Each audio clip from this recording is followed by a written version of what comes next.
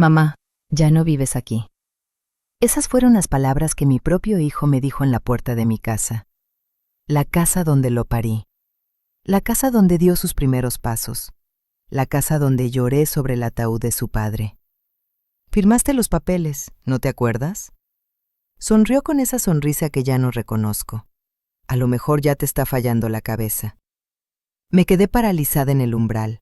Afuera hacía frío. Adentro, la mesa estaba puesta para la cena de Año Nuevo. 12 uvas en cada plato, sidra enfriándose. Y yo, de pie como una extraña, con una maleta en la mano que no recordaba haber empacado. Mi nuera apareció detrás de él, Valentina, la mujer que juró amarme como a una madre.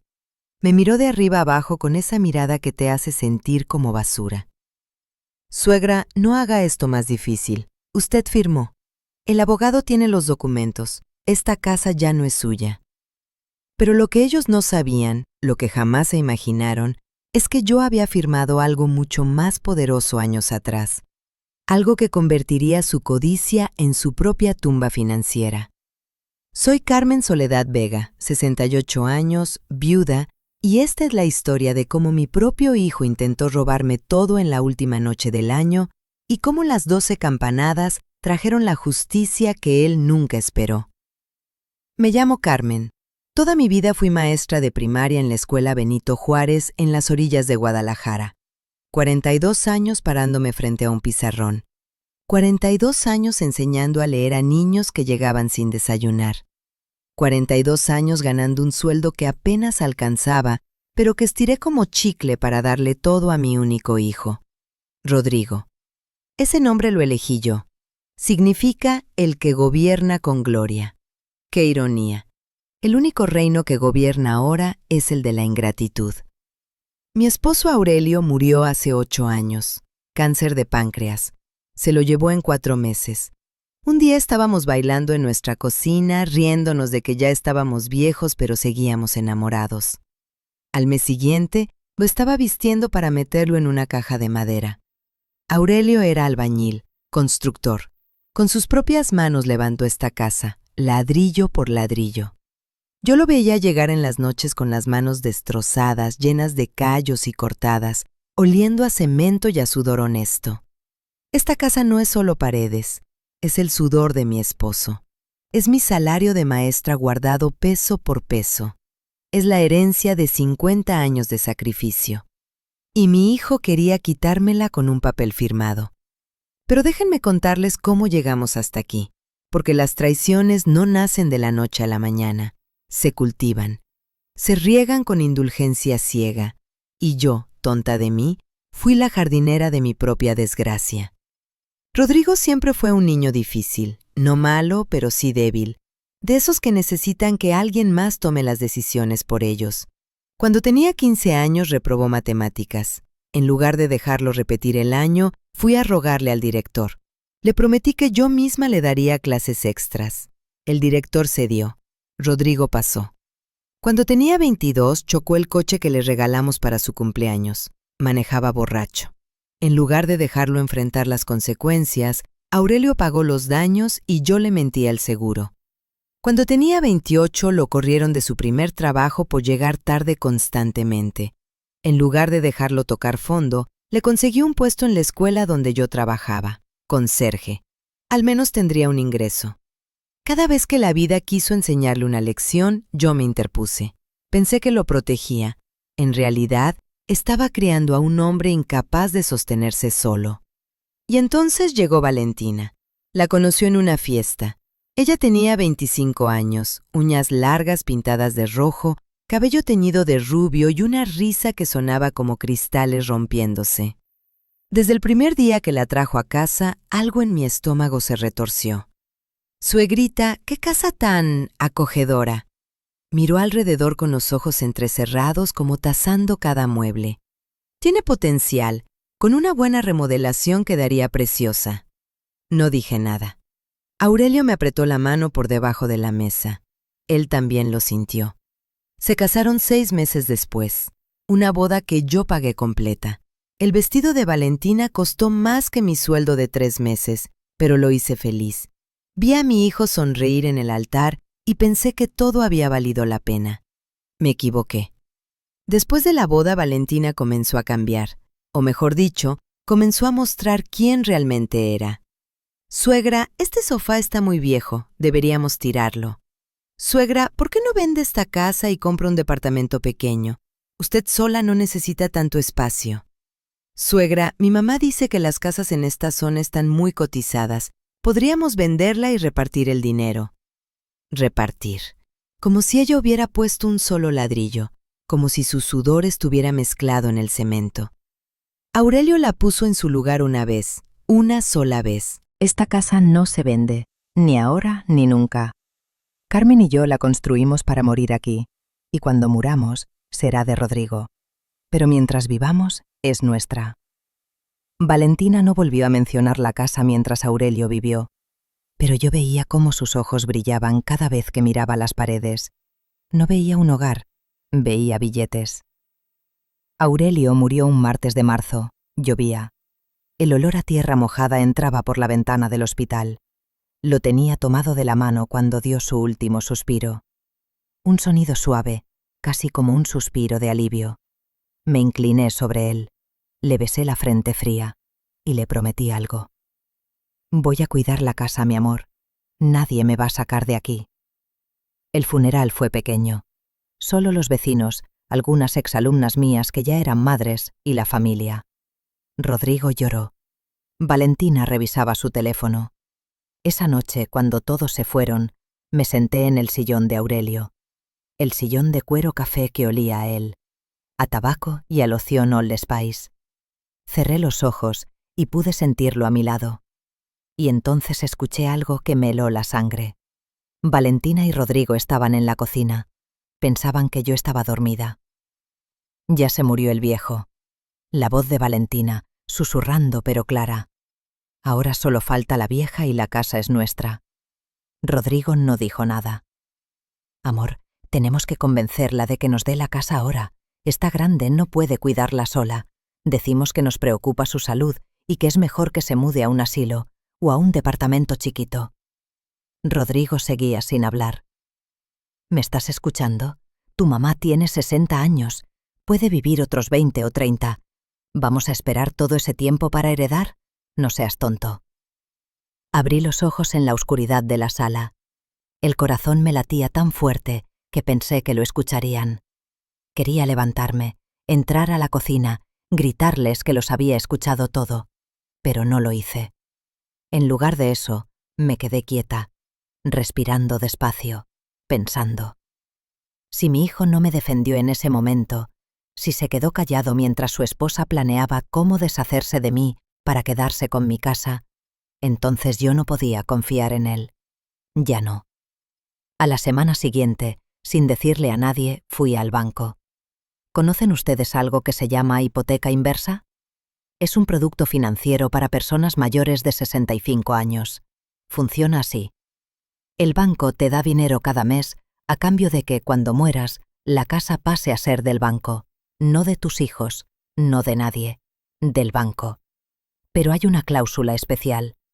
Si alguien intenta sacarte de la casa antes de que mueras, si alguien intenta venderla o transferirla sin tu consentimiento, el banco tiene derecho a ejecutar la hipoteca de inmediato. La casa se subasta y el dinero se usa para pagar la deuda. En otras palabras, si me sacan, nadie se queda con nada. Firmé los papeles en mayo, 2 meses después de la muerte de Aurelio. El gerente del banco, don Ernesto, me conocía desde hacía 20 años. Había sido padre de familia en la escuela donde yo enseñaba. Maestra Carmen, me dijo con preocupación, ¿está segura de esto? Si firma, sus hijos no heredarán la casa. Estoy segura. Le sonreí, pero por dentro estaba llorando. Es lo mejor. No le conté por qué. No le conté que mi propio hijo estaba esperando mi muerte para quedarse con mi patrimonio. No le conté que mi nuera ya estaba midiendo las cortinas.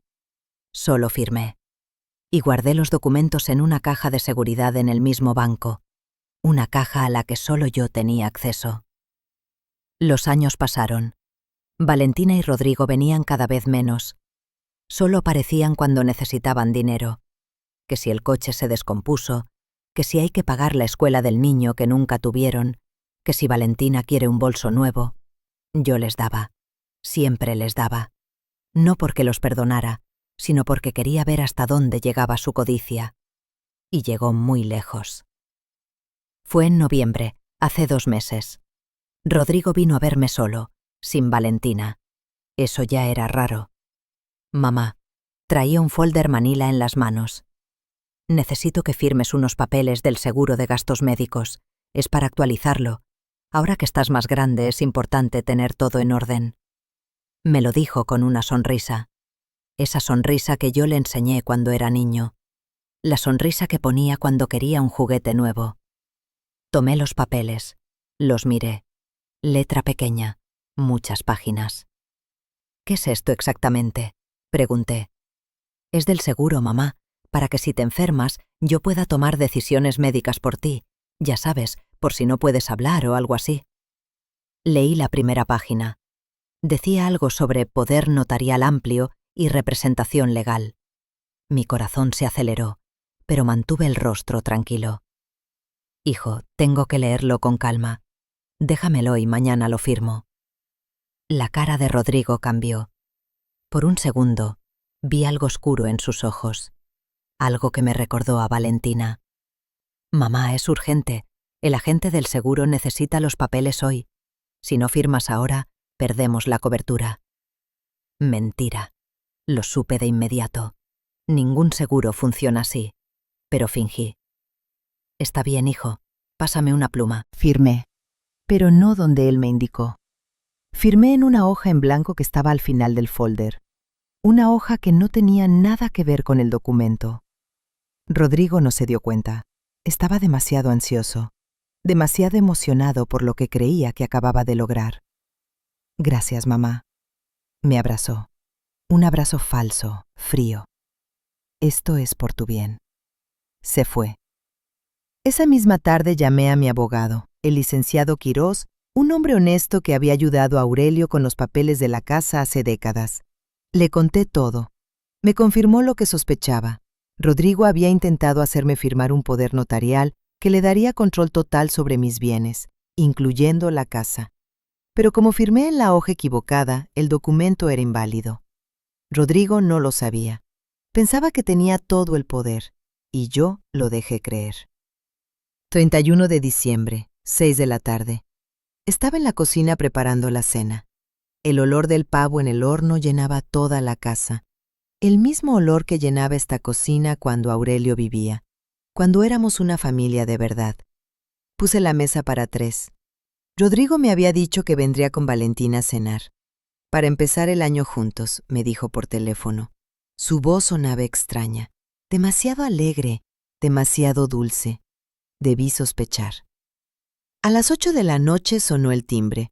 Abrí la puerta con una sonrisa, mi última sonrisa de madre ingenua. Rodrigo estaba ahí. Pero no venía solo con Valentina. Detrás de ellos había otras 2 personas, los padres de Valentina, don Fermín y doña Graciela.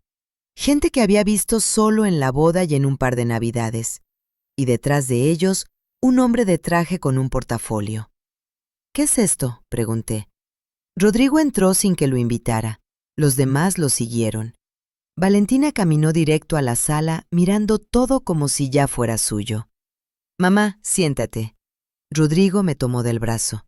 Tenemos que hablar. Me senté en el sillón de Aurelio. Los demás se acomodaron alrededor de mí, como buitres rodeando un cadáver. El hombre del traje abrió su portafolio, sacó unos papeles, los mismos papeles que yo había firmado mal un mes antes. Señora Carmen, el hombre habló con voz nasal y aburrida. Según el poder notarial que usted firmó, su hijo Rodrigo Vega tiene ahora la autoridad legal para administrar sus bienes, incluyendo esta propiedad. Me quedé callada. Valentina sonrió.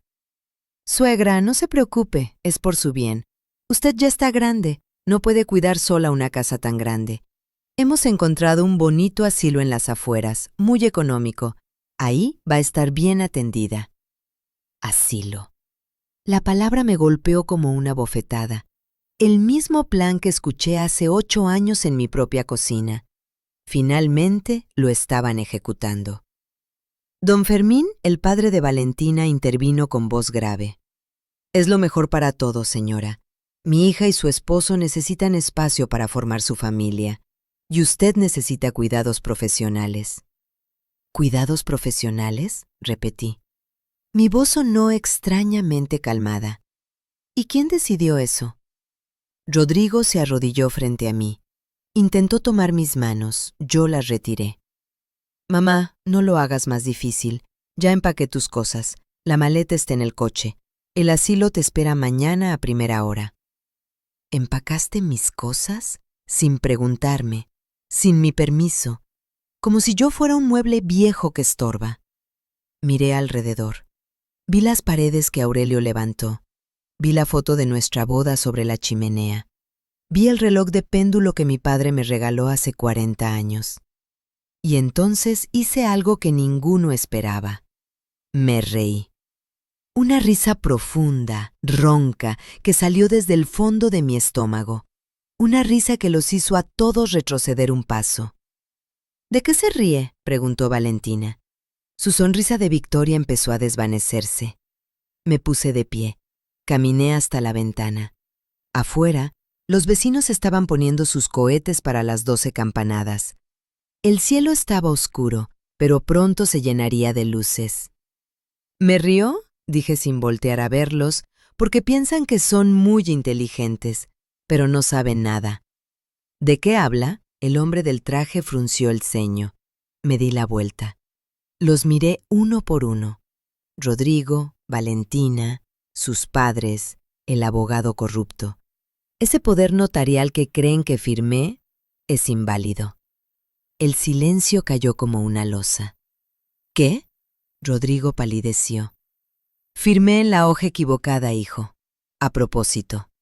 Saqué mi teléfono del bolsillo de mi delantal y lo grabé todo. Cada palabra que dijiste, cada mentira, está guardado en la nube. Valentina se lanzó hacia mí. ¡Vieja loca! ¡Deme ese teléfono! Rodrigo la detuvo. Espera, espera. Mamá, podemos arreglar esto. Podemos... No hay nada que arreglar. Mi voz se endureció como el acero. Pero eso no es lo peor para ustedes. Caminé hasta el librero. Abrí un cajón secreto que Aurelio había construido hace años. Saqué un sobre amarillo, grueso, sellado. ¿Saben qué es esto? Nadie respondió. Es el contrato de hipoteca inversa que firmé hace 8 años. Esta casa ya no es mía, es del banco. Los rostros cambiaron. Valentina se puso blanca. Don Fermín abrió la boca sin emitir sonido. Si yo muero, la casa pasa al banco, y si alguien intenta sacarme de aquí a la fuerza, el banco ejecuta la hipoteca de inmediato. La casa se subasta, y el dinero se usa para pagar la deuda. Hice una pausa.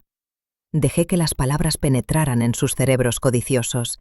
En otras palabras, si me echan esta noche, nadie hereda nada. Ni ustedes, ni yo. Nadie. Rodrigo se dejó caer en una silla. Sus piernas no lo sostenían. Mamá, ¿qué hiciste? Lo que tuve que hacer para protegerme de mi propia familia. El reloj de péndulo marcó las 11:30, media hora para el año nuevo. Afuera, los primeros cohetes empezaron a tronar. Luces rojas y verdes iluminaban el cielo. Adentro, solo había silencio y rostros descompuestos. El abogado fue el primero en irse. Murmuró algo sobre irregularidades y revisar los documentos. Salió casi corriendo, tropezando con sus propios pies. Los padres de Valentina lo siguieron. Don Fermín ni siquiera se despidió. Doña Graciela me lanzó una mirada de odio puro antes de cerrar la puerta. Quedamos solo 3. Rodrigo, Valentina y yo. Valentina empezó a gritar. «¡Todo esto es tu culpa!», le gritaba a Rodrigo. «Me dijiste que la casa era segura. Me dijiste que tu madre era fácil de manipular». «Basta», Rodrigo también gritó. «Ya basta, Valentina». Se miraron con un odio que me dejó helada. El odio de 2 cómplices que acaban de ver fracasar su plan. Valentina tomó su bolso. «Me voy. No tengo nada que hacer aquí. Se giró hacia Rodrigo con desprecio. Llámame cuando tengas algo que ofrecer. Mientras tanto, me voy a casa de mis papás. La puerta se azotó tras ella. El sonido resonó en toda la casa. Rodrigo se quedó de pie en medio de la sala. Temblaba. No sé si de frío o de algo más. Mamá, susurró. Su voz sonaba rota. Perdóname. Lo miré. A mi hijo. Al niño que cargué en mis brazos. Al hombre que acaba de intentar echarme de mi propia casa. El reloj marcó las 11:55. No te voy a perdonar esta noche, Rodrigo. Las palabras me dolían al salir, pero eran necesarias. Lo que hiciste no tiene nombre. Planeaste esto durante años. Esperaste a que tu padre muriera. Me mentiste. Me engañaste. Mamá, yo... Déjame terminar. Me acerqué a él. Lo miré directo a los ojos. Los mismos ojos cafés de Aurelio. Los mismos ojos que alguna vez me miraron con amor. No te perdono. Pero tampoco te odio. Eres mi hijo. Eso no va a cambiar. Las primeras campanadas empezaron a sonar. 1, 2, 3. Pero si quieres volver a poner un pie en esta casa, vas a tener que ganártelo. Vas a tener que demostrarme que todavía queda algo de ser humano dentro de ti. 4, 5, 6. Rodrigo lloraba. Lágrimas reales. Por primera vez en años, vi al niño que fue. Perdido, asustado, solo. 7, 8, 9. ¿Cómo? Preguntó. ¿Cómo te lo demuestro? 10, 11. Eso, hijo mío, lo tienes que descubrir tú solo. 12. Afuera, los cohetes explotaron. El cielo se llenó de colores. Los vecinos gritaban «¡Feliz Año Nuevo!». Adentro, mi hijo y yo estábamos parados uno frente al otro, separados por años de mentiras, pero también, quizás, unidos por una pequeña posibilidad de redención. «Feliz Año Nuevo, mamá», susurró Rodrigo. No le respondí. Caminé hasta la puerta y la abrí. «Vete», dije. «Cuando estés listo para ser mi hijo de verdad, sabes dónde encontrarme». Salió. Lo vi caminar por la calle oscura, solo, sin coche, sin esposa, sin nada. Cerré la puerta. Me senté en el sillón de Aurelio. El olor a tabaco y Old Spice todavía estaba ahí, después de tantos años. «Lo logré, mi amor», susurré al vacío. Nadie me sacó de nuestra casa. Y entonces, sola, en el primer minuto del Año Nuevo, me permití llorar. Han pasado 6 meses desde esa noche. Rodrigo se divorció de Valentina. El proceso fue rápido. Ella se quedó con el coche y algunas deudas. Él se quedó con nada. Pero algo cambió en él. Consiguió trabajo. No como gerente ni como ejecutivo, como maestro de primaria, en la misma escuela donde yo enseñé durante 42 años. La directora, una de mis antiguas alumnas, le dio una oportunidad. Viene a verme los domingos. Llega temprano, con pan dulce del mercado. Me ayuda a limpiar el patio. Arregla las cosas que se descomponen. No hablamos mucho. No hace falta. Las palabras sobran cuando las acciones empiezan a hablar. El domingo pasado, mientras podaba las rosas que Aurelio plantó hace 30 años, Rodrigo se acercó. «Mamá, dime, hijo». Guardó silencio un momento. El sol de la tarde le daba en la cara. Se veía mayor, más cansado, pero también más tranquilo. «Gracias por no rendirte conmigo». Lo miré. Solté las tijeras de podar. Me limpié las manos en el delantal. «Eres mi hijo», dije. «Una madre nunca se rinde, solo espera». Me abrazó. Un abrazo de verdad. No el abrazo falso de quien quiere algo. El abrazo de un hijo que finalmente entiende. Todavía no lo perdono completamente. El perdón total tomará tiempo, quizás años, quizás nunca llegue del todo. Pero hay algo que sí sé. Esta casa sigue siendo mía. Moriré aquí, como le prometí a Aurelio, y cuando muera, el banco se la quedará. No Rodrigo, no nadie. ¿Es cruel? Tal vez. Pero aprendí algo importante. El amor de madre no es un cheque en blanco. No es una puerta siempre abierta para que entren a robarte. El amor de madre también tiene que protegerse a sí mismo, porque si no te proteges, ¿quién lo hará? La historia que acaban de escuchar es ficticia, pero el dolor de una madre traicionada por su propio hijo es muy real. En algún lugar, ahora mismo, hay una anciana sentada sola en su casa, preguntándose si su familia la ama o solo espera su herencia. En algún lugar, hay un hijo calculando cuánto vale la casa de su madre, olvidando que esas paredes están construidas con sacrificio y amor. Y en algún lugar, hay una mujer como Carmen, que tuvo que elegir entre ser una víctima o una guerrera. Si esta historia tocó algo dentro de ti, si te hizo pensar en tu propia familia, en tus propias decisiones, entonces cumplió su propósito. Deja un comentario contándome, ¿qué hubieras hecho tú en el lugar de Carmen? ¿La perdonarías? ¿Te protegerías igual? Y si conoces a alguien que necesite escuchar esta historia, compártela, porque a veces las historias más duras son las que más nos enseñan. Gracias por acompañarme hasta el final. Nos vemos en la próxima historia.